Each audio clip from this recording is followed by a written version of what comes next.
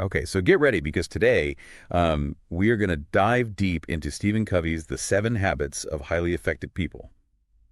And judging by the stack of notes and excerpts that you sent over, I'd say you're looking for more than just a surface level skim. You want the core concepts, how they connect the WHY behind the what.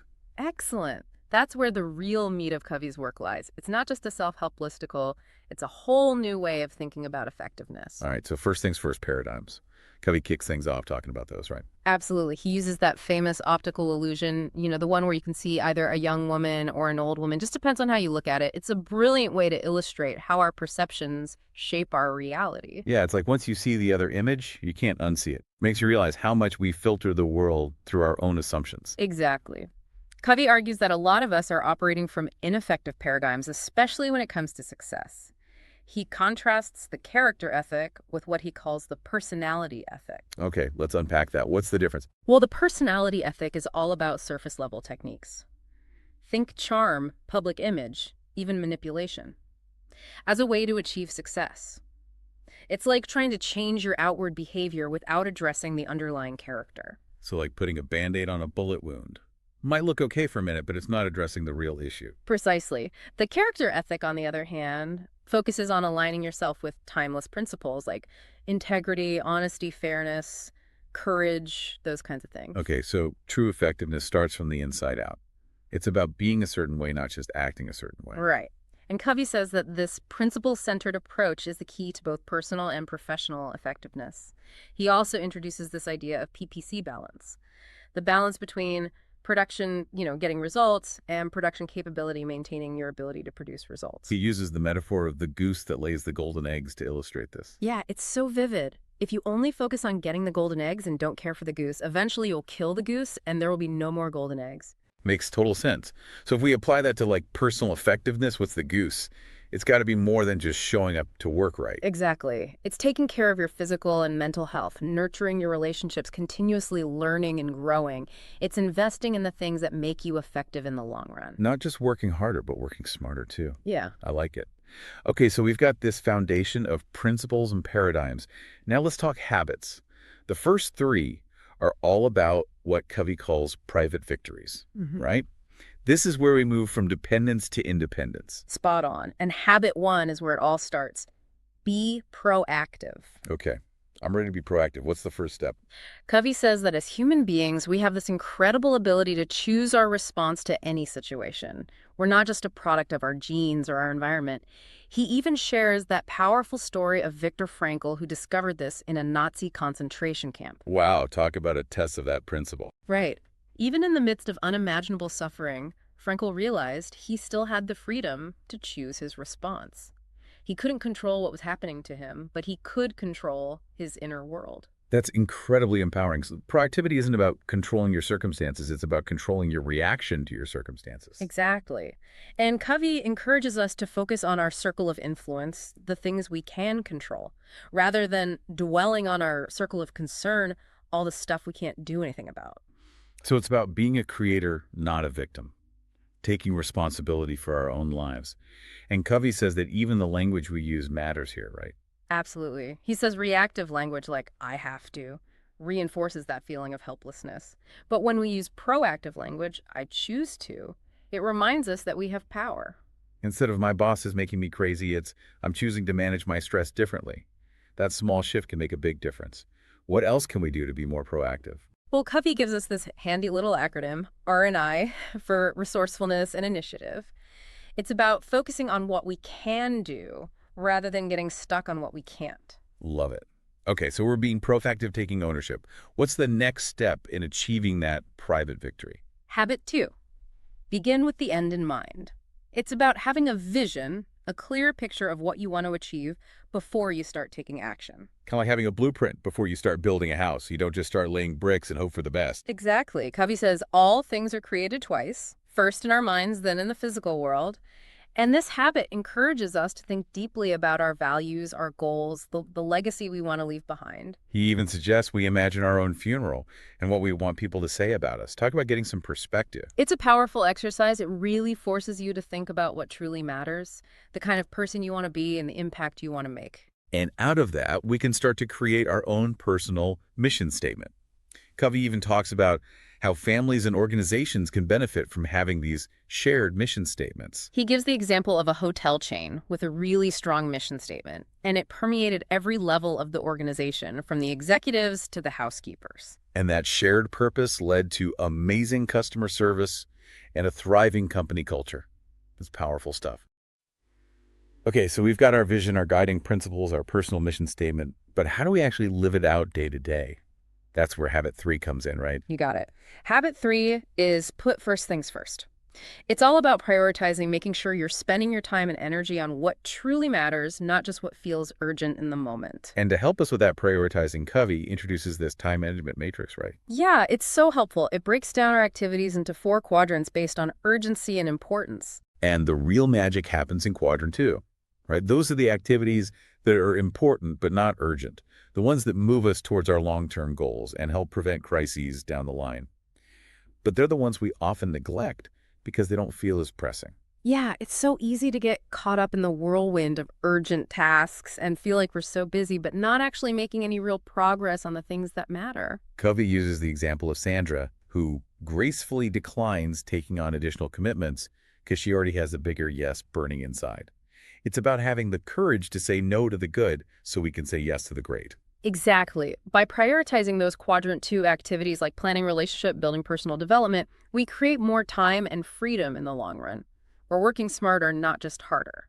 So with those 3 habits being proactive, beginning with the end in mind, and putting first things first, we've laid the foundation for personal effectiveness. We've moved from dependence to independence. And now we're ready to step into the realm of interdependence, building strong, effective relationships with others. And that's where the public victories come in. Starting with habit 4, think win-win. I've heard that phrase a lot, but sometimes it feels a little idealistic, you know? Like, isn't life just inherently competitive? Don't we have to look out for number 1? It's easy to fall into that trap, especially when we're surrounded by a scarcity mindset, that belief that there's only so much to go around. If someone else wins, you automatically lose. Like that example you shared the company with the amazing training program. The executives were hesitant to promote the trainees, even though they were super capable because they had come up the hard way and thought the new generation should suffer too. Exactly. It was classic scarcity thinking. But Covey says that a win-win paradigm is based on abundance. The belief that there's enough for everyone to succeed and one person's success doesn't diminish another's. Okay, so how do we actually put win-win thinking into practice? It's got to be more than just hoping everyone's happy, right? It definitely takes effort. It requires a balance of courage and consideration, courage to stand up for your own needs and goals, and consideration to understand and respect the needs and goals of others. And sometimes that means walking away if a true win-win can't be found. Covey actually says no deal is a valid option. It is. Sometimes the best way to protect a relationship is to know when to walk away from a negotiation if it's not going to be mutually beneficial. In the long run, a win-lose situation just damages trust and creates future problems. Makes sense. And speaking of relationships, habit 5 is all about communication. Seek first to understand, then to be understood. This one seems so crucial, but it's probably the hardest to actually do. We all love to talk about ourselves. It's true. It's a natural human tendency. But Covey challenges us to become empathic listeners, to really get inside the other person's head and heart before trying to make them understand our point of view. So it's not just about waiting for your turn to speak. It's about listening with the genuine intent to understand. Exactly. He even breaks down empathic listening into 4 stages: mimicking content, rephrasing content, reflecting feeling, and then rephrasing content and reflecting feeling. He uses that great example of the father talking to his son who's frustrated with school. The dad keeps giving advice and comparing the situation to his own experience, but he never stops to really understand what his son is feeling. Classic communication breakdown. And it shows how our autobiographical responses, that tendency to filter everything through our own experiences, can prevent us from really connecting with someone else. So instead of saying, I know how you feel, I hated school too, the dad should have said something like, you sound really frustrated, discouraged. Tell me more about what's going on. Right. That kind of empathic listening creates what Covey calls psychological air, a safe space for the other person to open up and share their true thoughts and feelings. I love that. Okay, so we've laid the groundwork with win-win thinking and empathic listening. Now, how do we bring it all together? Habit 6, right? Synergize. It sounds almost magical. It can feel that way. Synergy is this principle that the whole is greater than the sum of its parts. It's about creative cooperation, where different perspectives come together to create something new and better than any one individual could have come up with alone. You shared that story about a class you were teaching that went from a structured lecture to this amazing synergistic experience where the students actually co-created a new format for the class. How did that even happen? Well, it started with a moment of vulnerability, actually. Someone shared a genuine concern, and it created this ripple effect of trust and openness. And instead of clinging to the original plan, you let the group's energy and creativity take over. Exactly. And the result was something truly unique and valuable. That's what's so fascinating about synergy. It doesn't happen when we force it. It emerges when we create the right conditions, like a high emotional bank account, a win-win mindset, and the willingness to seek first to understand. Covey gives that great example of the couple trying to decide on a vacation. Yeah. They both have different preferences, but they don't get stuck in a power struggle. They use synergy to come up with this amazing third option that's better than either of their original ideas. Yeah, it's like tapping into a whole new level of creativity. And it often requires using both sides of our brain, the logical, analytical left brain and the creative, intuitive right brain. So we've covered the 6 habits. 3 focus on personal mastery and 3 on building effective relationships. Where does habit 7 sharpen the saw fit into all of this? Habit 7 is like the foundation for all the other habits, right? It's about renewal, taking care of your most valuable asset, yourself. Exactly. And it encompasses 4 dimensions: Yeah. physical, spiritual, mental, and social emotional. Think of it like this. You can't keep sawing away at a tree if your saw is dull. You have to stop and sharpen it. Same goes for you. You need to take care of yourself so you can stay effective in all areas of your life. Covey tells that story about the doctor who prescribes a day at the beach and 4 insightful prompts for a patient who's feeling overwhelmed and burnt out. It wasn't just about physical rest. It was about reconnecting with his core self on a deeper level. Yeah, it highlights how we often get so busy focusing on the urgent that we neglect the important, our own well-being. So what are some practical ways we can sharpen the saw in each of those 4 dimensions? Well, for the physical dimension, it's about eating healthy, getting enough sleep, and moving your body regularly. Covey talks about the importance of endurance, flexibility, and strength. He even shares a story about his friend who focuses on building strength by intentionally pushing his muscles to the point of pain because that's how they grow stronger. It's like a metaphor for life, Right, sir. right? We grow through challenge and resistance. Absolutely. Now, in the spiritual dimension, it's about connecting with your core values, finding sources of inspiration, and renewing your sense of purpose. That might involve spending time in nature, meditating, praying, reading, inspiring literature, or volunteering. Whatever helps you feel grounded and connected to something bigger than yourself. It's about nourishing your soul, Yeah. reminding yourself what truly matters. And for the mental dimension, it's about continuous learning, expanding your mind, challenging your thinking. Maybe you pick up a new book, take a course, engage in thought-provoking conversations, or even just spend some time in quiet reflection. Yeah, it's about keeping your mind sharp and engaged. And then there's the social emotional dimension, which is all about building and nurturing meaningful relationships, connecting authentically with others, and contributing to something bigger than yourself. So it's about putting habits 4, 5, and 6 into practice in our daily interactions. Exactly.